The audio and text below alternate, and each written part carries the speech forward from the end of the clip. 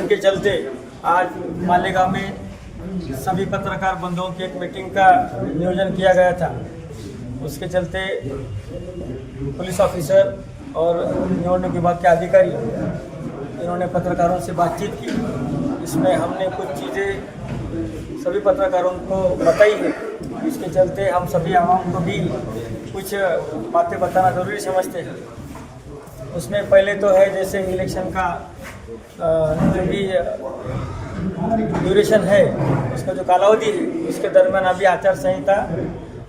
चालू है। आचार संहिता के अंतर्गत जो भी चीज़ें मनाही की गई है, वो जो भी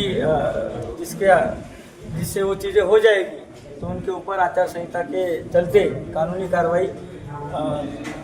करने के लिए सभी पथक और सभी प्रशासकीय विभाग अपने अपने काम उन्होंने शुरू कर दिया है। हम लोगों से, राजकीय पक्षों से और सभी आवाम से यही अपेक्षा करते हैं कि ये जो आने वाले कार्यकाल है आचार संहिता के दौरान का, उसके दरमियान जो भी मियाद टाइम रखी गई है प्रचार करने की, अपना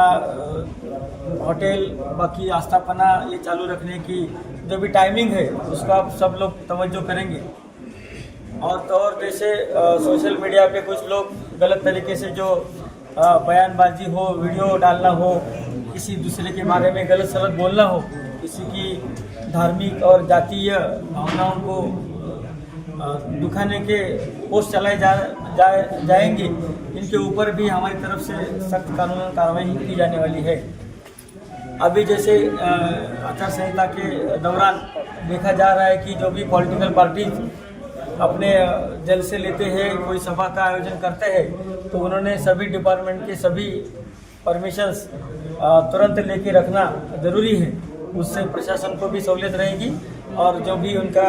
कामकाज है प्रचार का, वो भी ठीक से बना रहेगा। उसी के चलते जैसे पॉलिटिकल पार्टीज और उनके जो कार्यकर्ता है, उनको भी मैं ये बातें बताना ज़रूरी समझ रहा हूँ कि इलेक्शन के दौरान जो चीज़ अपने को पता नहीं है कि ये सही है या गलत है, उसके बारे में वो पहले मालूमात कर ले और उसके बाद ही उसके चलते जो भी निज़ाम रखा गया है कायदे कानून का, उसको उन्होंने उसका पालन करना है। और कहीं पे ऐसा दिख रहा है कि परमिशन लेने की ज़रूरत नहीं है, ऐसा मान के गलियों में, गली कूचों में अपने अपने लेवल पे कुछ लोग इकट्ठा होकर प्रचार कर रहे हैं, ये भी गलत है। जैसी मालूमात मिलेगी हम वहाँ पे टीम भेजेंगे। अगर उसमें कुछ बेकायदेसर ध्यान में आ गया तो तुरंत उसके ऊपर भी कार्रवाई की जाएगी। और ऐसे कामों के लिए कभी कभी बच्चे और औरतों को भी आगे करके उनसे ये काम करवा लिया जा रहा है। अभी वो काम अच्छा है या बुरा है ये मैं नहीं बोलूँगा, मगर वो कायदेशीर परमिशन लिए वाला ऐसा काम करना हर किसी के लिए ज़्यादा मुनासिब है। ये भी कुछ मालूमात आगे आ रही है कि जैसे कोई फार्म हाउस है, किसी का कोई बंगला है, किसी का कोई लॉन्स है, वहाँ पे गलत तरीके से लोगों को बुला के उसकी मालूमात निवडणूक विभाग को न देते हुए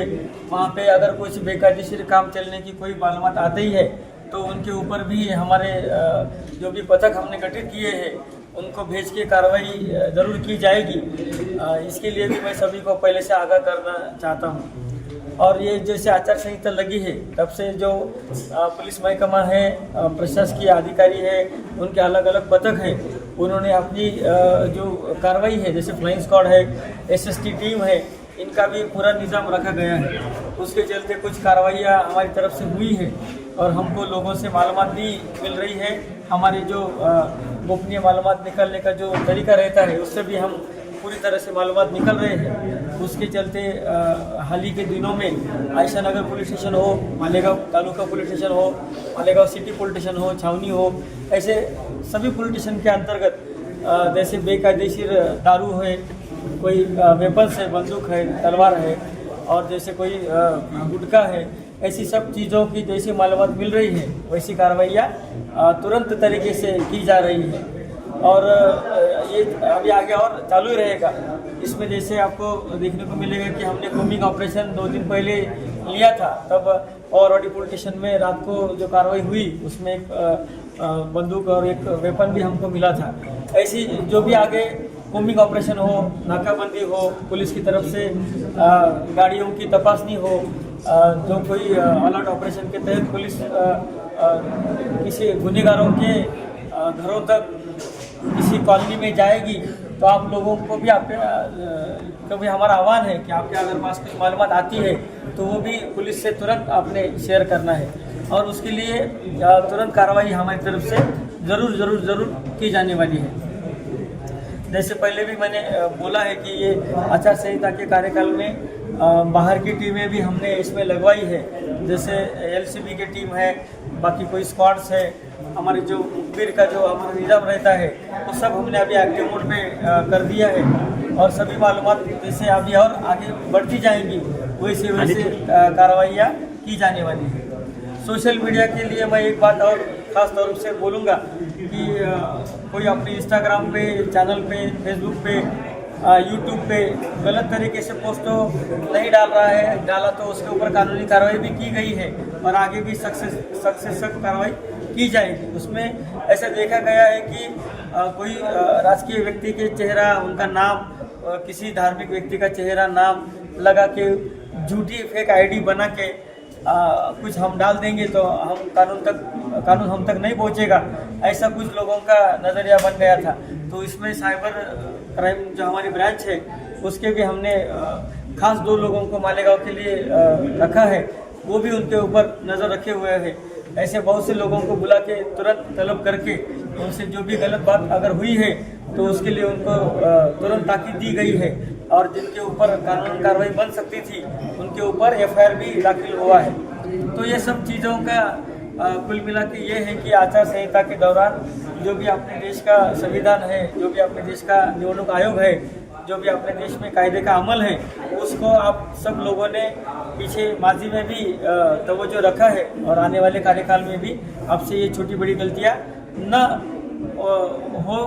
न हो ये इसके लिए हम ये सब आपके लिए सुझाव दे रहे हैं। इसके ऊपर भी किसी से कुछ गलती हो जाती है तो कानून और वो संबंधित व्यक्ति अपना काम उसके चलता रहेगा, उसके ऊपर हमने पैनी नज़र रखी हुई है। और जैसे नया कानून जैसे आया है 1 जुलाई 2024 से, बड़े जो 3 अपने कानून थे उसमें कुछ बदलाव जो लाए गए हैं, उसके अंतर्गत एक बदलाव ऐसा है कि चैप्टर केस चलाने का अधिकार पहले महसूल विभाग के अधिकारियों को था, अभी वो बरकरार है, और एडिशनल एसपी और एसपी साहब इनको भी ये अधिकार दिए गए हैं। उसके तहत अभी जैसे हमने कुछ जो लिस्ट बनवाई है, कुछ लोगों के नाम उसमें जैसे कि कम उम्र के बच्चे हैं जिन्होंने वेपन्स के गुने में उनको हमने अरेस्ट किया था, और जैसे कोई 1 से ज़्यादा गुने उनके ऊपर दाखिल है, जो महिला और बच्चों के गुने में सीरियस गुने में आरोपी है, ऐसे कुछ लोगों की अलग लिस्ट बनवा के उनके chapter case additional SP office में हम वो चलवा रहे हैं। तो उसके मद्देनज़र भी इलेक्शन के कार्यकाल में और उसके बाद भी वो लोगों से कोई गलतियां ना हो, वो लोगों से दोबारा गुनाह ना हो, उसके लिए उनको बॉन्ड उनसे लिखवा के लेना, उनके जो भी जिम्मेदार लोग हैं, रिश्तेदार हो, दोस्त हो, कोई गांव में उनको मानने वाले प्रतिष्ठित आदमी हो, उन लोगों को भी बुलवा के उनसे उनके बॉन्ड लिए जा रहे हैं। कुल मिला के ये सब कामों के तहत हमको पूरा खातिरी है कि जैसे बाहर से अपनी तरफ आईटीबीपी का पुलिस फोर्स आया है और आगे भी चल के सीआरपीएफ के लोग आने वाले हैं, तो ये इनका रूट मार्च, पेट्रोलिंग ये इसलिए है कि अच्छे लोगों को ये विश्वास आए कि अच्छे तरीके से सब माहौल है, और पुलिस और सब निवडणूक प्रशासन इनकी तरफ से कोई भी भयमुक्त, सब अपने जो इलेक्शन का कामकाज है वो भयमुक्त रहेगा। किसी को कोई दबाव में, किसी के डर में, खौफ में रहने की कोई ज़रूरत नहीं है। इसलिए पूरे इंतजाम हमने अभी तक करके रखे हैं और इसमें और आगे इजाफा ही होने वाला है। कुल मिला के आप सभी लोगों से हमारी अपेक्षा है कि आप सब लोग ये गांव का जो अमन है, ये गांव ने जो अमन का रास्ता पकड़ा है, वो रास्ते को हमको छोड़ना नहीं है, वो रास्ते से हट के हमको कोई बरखिलाफ एक्शन काम नहीं करना है। और जैसे जिम्मेदार लोगों ने हर बार पुलिस को, प्रशासन को बार बार मालूमात देके, कुछ बातों के लिए सुझाव देके बार बार मदद की है, ऐसी ही मदद सहकार्य हमको अपेक्षित है। और जो लोग ये चीज़ें मानेंगे नहीं, उनके लिए हम हमारी तरफ से कानूनी कार्रवाई तुरंत करके उनके ऊपर एक्शन कर लेंगे। तो वो लोग भी इसे खबरदार रहे। उनको भी मैं यहाँ से वार्निंग देता हूँ कि गांव का अमन बिगड़ाने के लिए उनको, वो अगर कहीं पे मुझे दिखे तो उनको हम बिल्कुल बख्शेंगे नहीं, उनके ऊपर कड़क कानूनी कार्रवाई तुरंत हम जरूर करने वाले हैं। सर गुन्हा दाखिल हुआ है क्या आचार संहिता का भंग? वो मैं आपको प्रेस नोट में दे दूँगा। शुक्रिया।